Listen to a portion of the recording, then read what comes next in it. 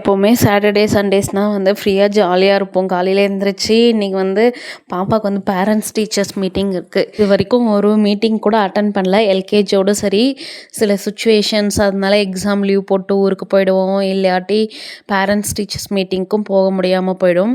இன்றைக்கி வந்து சரி போயே ஆகணும் அப்படின்னு சொல்லிட்டு கிளம்பிட்டோம். பாப்பா வந்து நல்லா தான் படிப்பான். நாங்கள் வந்து அப்பப்போ கேப்பில் லீவ் போட்டு ஊருக்கு போயிடுவோம். அதனால வந்து ஆஃப்லி எக்ஸாம் ஃபுல்லாகவே லீவு.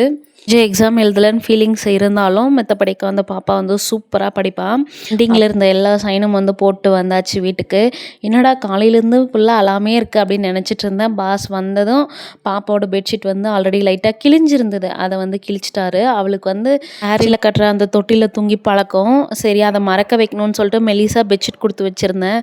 பாஸ் வந்து லைட்டாக கிழிஞ்சிருந்தது. அவசரப்பட்டு டக்குன்னு கிழிச்சு விட்டுட்டாரு. ஒரே அழுக. பாஸ் ரொம்ப பயந்துட்டாரு. ஏன்னா ஃபுல் வாமிட்டு, பால் குடிச்சது சாப்பிட்டது எல்லாமே வாமிட் பண்ணிட்டா. அங்கேருந்து தான் இவ்வளோ சடனாக அழுகெல்லாம் வந்ததோ தெரியல.